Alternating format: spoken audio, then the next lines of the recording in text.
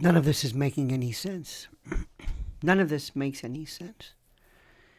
And what really doesn't make any sense, if you think about it, is how nothing will be done to follow up on this. Nothing will be done later on by any government organization, the DOJ, the FBI, nothing. Now, as a prefatory note, I will never repeat the names of the individuals who are suspected of being these terrorists and the like. I don't think it's a good idea, because one of the things that these people want more than anything else is immortality. And I'm not going to provide it to them. I'm not going to give it to them. But it's a very interesting thing. The family of the accused Trump hotel truck bomber claims he was a big Trump supporter. And they question the details around the incident. The statements were made from his uncle, who reported by or it was reported by the Independent. These raise more questions than answers. The uncle expressed almost a disbelief at the nature and the notion of the explosion, noting that his military background and expertise made the use of propane tanks and camping fuel seem oddly unsophisticated for someone with this skill set. The quote was, he used to have all patriotic stuff on Facebook. He was 100% loving the country. This is according to the uncle. He loved Trump, and he was always a very patriotic soldier, a patriotic American. That's one of the reasons he was in special forces for so many years. It wasn't just one tour of duty. And the uncle then went on to emphasize this person's capabilities.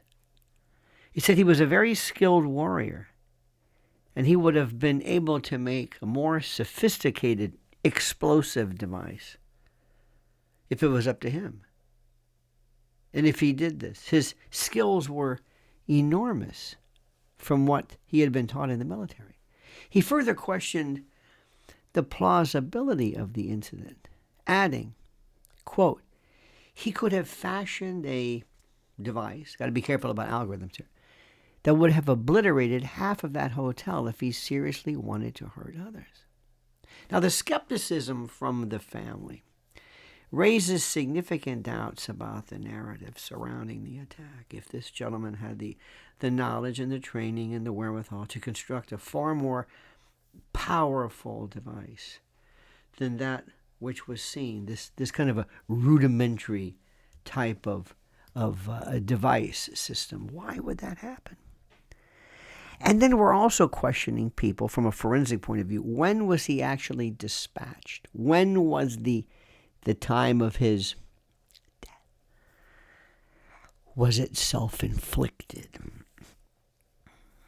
We need all of the information, all of the reports, all of the data. We need to look at the truck. We need to look at the information. We need to look at we need to look at his body.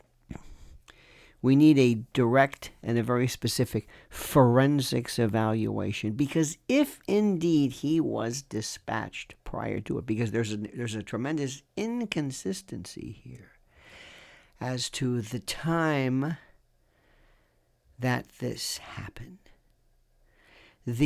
Forget the means of detonation and the like, but from the time that it happened, there's something that's making people say, wait a minute, what if he was dispatched first and then brought there? Or if he was, I don't know, who knows? The point is, and this is the most important, it will not be for the mainstream media to decide this. The mainstream media will not investigate this. The mainstream media will not get to the bottom of this. The mainstream media will nothing of the sort. The mainstream media are not interested in getting to the bottom of this. I can't say this enough, dear friend. The mainstream media are not interested in any of this. The mainstream media only care about fulfilling their duties as publicity agents for the new world order, the shadow government, the deep state, the ruling class, whatever particular way of thinking you want to employ. This is what's important. And if something doesn't make sense to you, channel the detective in you. Channel the police, the homicide detective in you. Channel that part of you that says, this doesn't make any sense. I don't understand this. Unless President Trump, Vivek Ramaswamy, Elon Musk, somebody, maybe in the DOJ, maybe Pam Bondi once she is sworn in, I don't know. But this cannot die merely with us and with you and Alex Jones and others. Whenever we do these wonderful investigative feats, if you will, the information stops, the pipeline stops almost immediately, and it just comes to a halt. It just ceases. And then we move on.